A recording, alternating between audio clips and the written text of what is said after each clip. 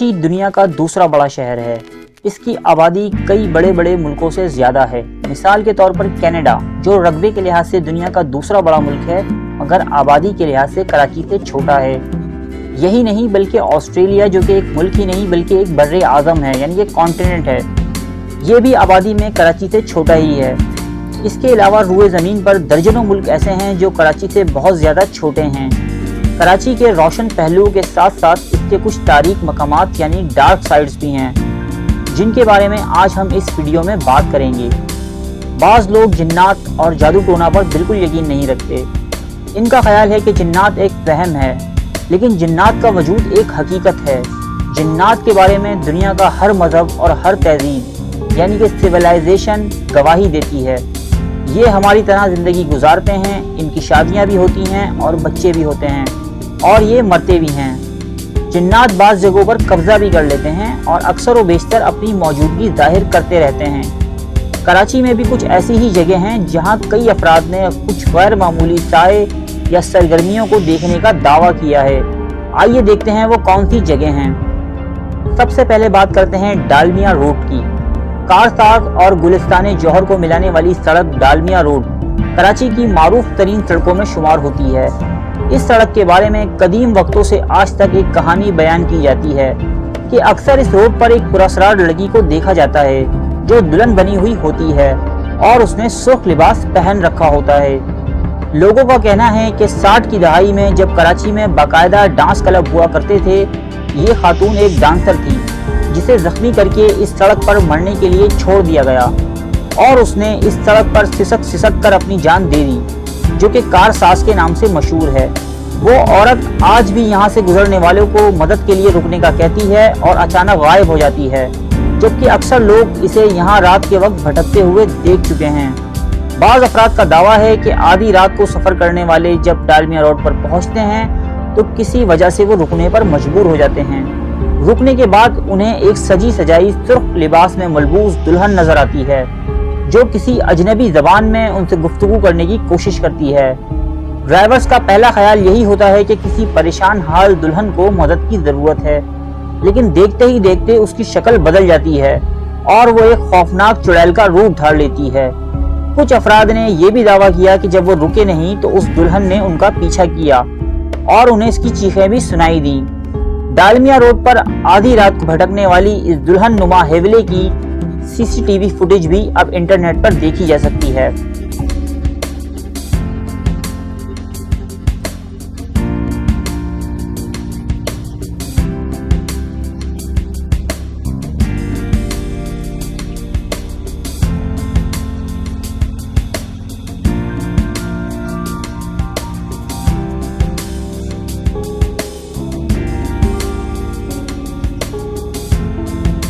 अब बात करते हैं धाबीजी की। कराची से 15 किलोमीटर के फासले पर एक कस्बा धाबीजी नाम का है। जी हाँ, ये वही जगह है जहाँ से कराची के ज़्यादातर हिस्से को पानी सप्लाई होता है। आपने अक्सर व बेशतर टीवी न्यूज़ में धाबीजी पंपिंग स्टेशन का नाम ज़रूर सुना होगा। धाबीजी टाउन में हरजीना नामी एक फिशिंग पॉइंट है जो आसेबी इलाके के तौर पर जाना जाता है।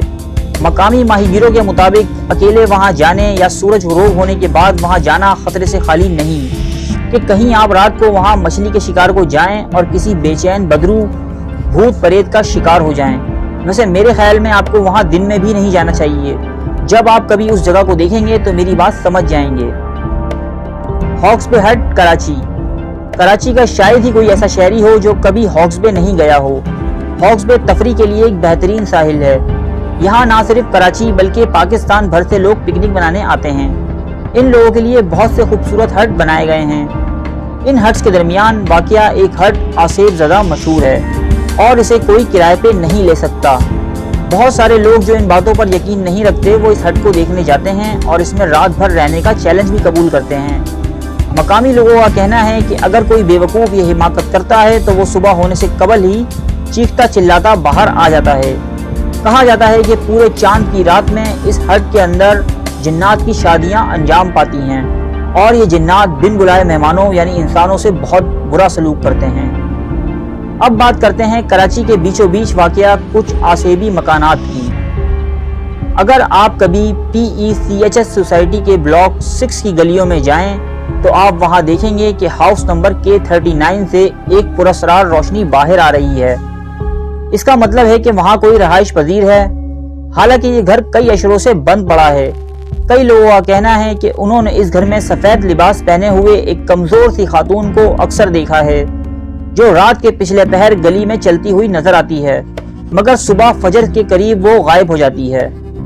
اسی طرح سولجر بازار کراچی میں بھی ایک گھر جس کے مکین اسے چھوڑ کر جا چکے ہیں، آسیب کی وجہ سے بھوت بنگلہ مشہور ہے۔ کہا جاتا ہے کہ یہاں غیر معمولی سرگرمیوں کے مختلف واقعات ہوتے رہتے ہیں۔ کبھی کبھی رات کو ایک عجیب آدمی چھت پر نظر آتا ہے اور مدد کے لیے چیختا ہے۔ اب چلتے ہیں ناظم آباد کی طرف۔ ناظم آباد میں بھی ایک گھر ہے۔ کہتے ہیں کہ 1992 میں اس گھر میں ایک 9 بیاتے جوڑے کو وحشیانہ قتل کر دیا گیا تھا۔ مقامی لوگوں کو ان کی چیخیں آج تک سنائی دیتی ہیں۔ ان چیخوں کی وجہ سے اس گھر کے مالک مکان اسے کرائے پر دے کر کہیں اور منتقل ہو گئے، مگر اس گھر میں کوئی کرایہ دار ٹکتا ہی نہیں، اس لیے اب یہ گھر برسوں خالی پڑا ہے۔ اسی طرح کا ایک گھر کراچی کے علاقے لیاقت آباد المعروف لالو کھیت میں بھی ہے۔ 3 ہٹی کے مشہور قبرستان کے قریب واقع اس مکان کے اندر ایک قبر موجود ہے۔ یہ مکان برسوں سے خالی ہے اور ایک کھنڈر کا سا منظر پیش کرتا ہے۔ اس مکان کی دہشت اتنی زیادہ ہے کہ اس میں رہنا تو دور، لوگ اس کے قریب سے گزرتے ہوئے بھی گھبراتے ہیں۔ کون کہتا ہے کہ بھوتوں کو موسیقی اور فلمیں پسند نہیں ہوتی؟ نارتھ کراچی کے سیکٹر 11 میں واقع شیریں سینما اس کی واضح مثال ہے۔ اس چلتے ہوئے سینما کو صرف اس لیے بند کر دیا گیا کیونکہ یہاں غیر معمولی سرگرمیاں دیکھنے میں آ رہی تھیں۔ سینما کے عملے کے مطابق سینما جب خالی ہوتا تو وہاں سے اکثر گانے اور ہنسنے کی آوازیں آتی۔ اکثر بڑی اسکرین پر کچھ لوگوں کے سائے بھی نظر آتے، حالانکہ سینما میں کوئی موجود نہیں ہوتا تھا۔ اب آتے ہیں موہٹا پیلس کی طرف۔ یہ پیلس 1927 میں بنایا گیا تھا اور ایک کاروباری شخصیت کا گھر تھا جہاں وہ گرمیوں میں قیام کرتا تھا۔ برطانوی راج کے دوران ہی اس شخصیت کا انتقال ہو گیا۔ کہا جاتا ہے کہ تب سے اس کی روح اکثر اس پیلس میں آتی رہتی ہے۔ کہا جاتا ہے کہ یہاں بہت عجیب حرکتیں دیکھنے کو ملتی ہیں۔ کبھی پیلس کی روشنیاں خود بخود مدھم اور تیز ہو جاتی ہیں، کبھی غیر مانوس سی آوازیں آنے لگتی ہیں۔ پیلس کے گارڈز کا دعویٰ ہے کہ انہیں رات کے وقت پیلس میں کسی مخوف الفطرت وجود کی موجودگی کا واضح طور پر احساس ہوتا ہے۔